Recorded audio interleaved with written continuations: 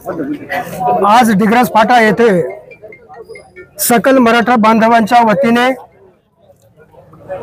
रस्ता रोको आंदोलन करण्यात आलेलं आहे आणि याची पार्श्वभूमी म्हणजे अंतरवाली सराटी येथे मराठा योद्धा मनोज जरांगे दादा पाटील हे 9 दिवसापासून अन्न पाणी त्याग करून उपोषण करीत आहेत आणि ह्या उपोषणाची 9 दिवस झाले दखल सरकार घेत नाही। हे सरकार झोपेमध्ये आहे, हे सरकार निवडणुकीच्या आपल्या तयारीमध्ये आहे।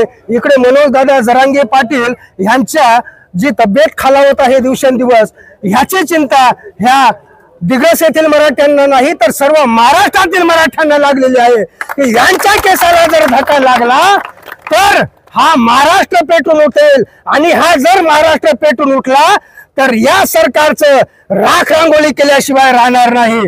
तेव्हा या जो उपोषण आज मनोज जरांगे पाटील करीत आहेत, या उपोषणाला आमचे रिपाईचे राष्ट्रीय अध्यक्ष आदरणीय राजरत्नजी आंबेडकर साहेब यांनी सुद्धा ह्या उपोषणाला जाहीरपणे पाठिंबा दिलेला आहे आणि तोच पाठिंबा या हिंगोली जिल्ह्यातून सिद्धार्थ कुरे राजरोसपणे जाहीरपणे या उपोषणाला पाठिंबा देत आहे आणि या मराठा बांधवांना सरळपणे जे कायद्यानुसार जे कोर्टाच्या नियमानुसार आरक्षण मिळालं पाहिजे तेच आमच्या हक्काचं आरक्षण आम्हाला मिळालं पाहिजे अशी मनोज दादांची जी रास्त मागणी आहे त्या रास्त मागणीला आम्ही या ठिकाणी जाहीररित्या पाठिंबा व्यक्त करतो आणि हे मिळालंच पाहिजे।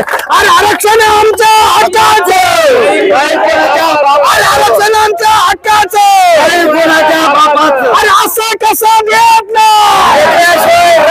मनोज दादा पाटील तुम आगे बढ़ो, हम तुम्हारे साथ, जरांगे पाटील आगे बढ़ो, हम तुम्हारे साथ। धन्यवाद। जय भीम, जय